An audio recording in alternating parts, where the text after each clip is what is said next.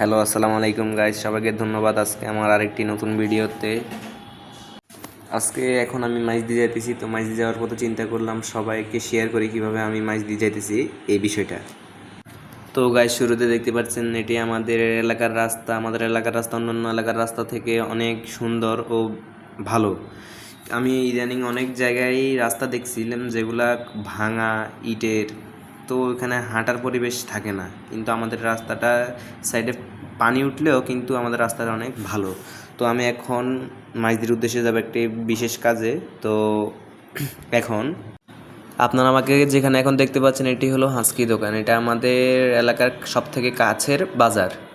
তো গাইজ, প্রতিবারের মতো আপনাদেরকে বলেছিলাম যে আমাকে একটু সাপোর্ট করতেন, কিন্তু আপনারা আমাকে তেমন ভিডিও দেখেনও না, সাপোর্টও করতেছেন না। তো সাপোর্ট না করলে কি হবে? তো আমি এখন চলে আসলাম সোনাপুর।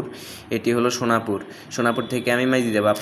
গাইজ, আপনারা দেখতে পাচ্ছেন যে সোনাপুর বাম সাইডে এখানে সবসময় বাস দাঁড়িয়ে থাকে, যার কারণে বাম সাইডের জায়গার পরিমাণ, রাস্তার পরিমাণ কমে যায় এবং যানজট বেড়ে যায়।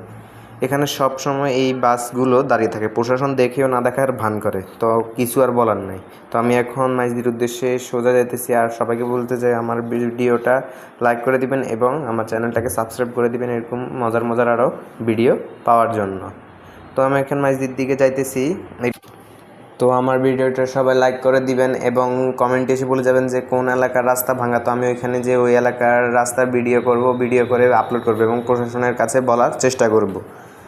এখন আমি আছি উত্তর সোনাপুর, এখন মাইজদির দিকে যাইতেছি। দেখেন, এটা হলো উত্তর সোনাপুরের রাস্তা।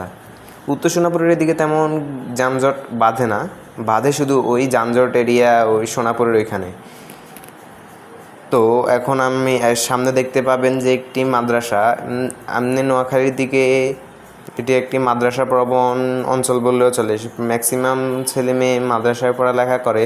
যেমন এখন যে মাদ্রাসাটা দেখতেছেন এটা হচ্ছে নোয়াখালী কারমতিয়া মাদ্রাসা।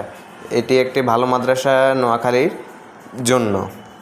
নোয়াখালীতে অনেক ছেলেমেয়ে আছে যারা কি এই মাদ্রাসাতে পড়ে। তো তারপর আর কি বলার আছে, আপনারা সাপোর্ট করবেন আমাকে তো নিত্য নতুন ভিডিও পাওয়ার জন্য। তো সবাইকে ধন্যবাদ আজকের মতো। ভালো থাকবেন, সুস্থ থাকবেন এবং নেক্সটে আবার দেখা হবে অন্য কোনো ভিডিওতে। ধন্যবাদ সবাইকে।